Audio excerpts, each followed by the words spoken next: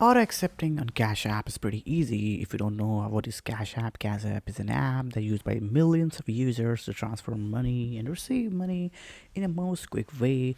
You can find it on your iPhone's App Store. The Cash App is there. Now, what you can do is to get the auto app. You can go to the app's opens profile here. After opening the profile of your app, you can see simply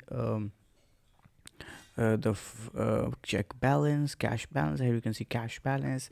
Now what you need to do is you can click on the money where you can see add money. Click on the recurring deposit. Clicking on recurring deposit, you can see auto add cash button. After toggling it on, now after toggling it on, you can select your amount, frequency, and that stuff. So this was how you can add auto payment in Cash App. Cash App is a pretty useful app nowadays, and it has millions of users, so it's also trustworthy. And I'll see you in the next one.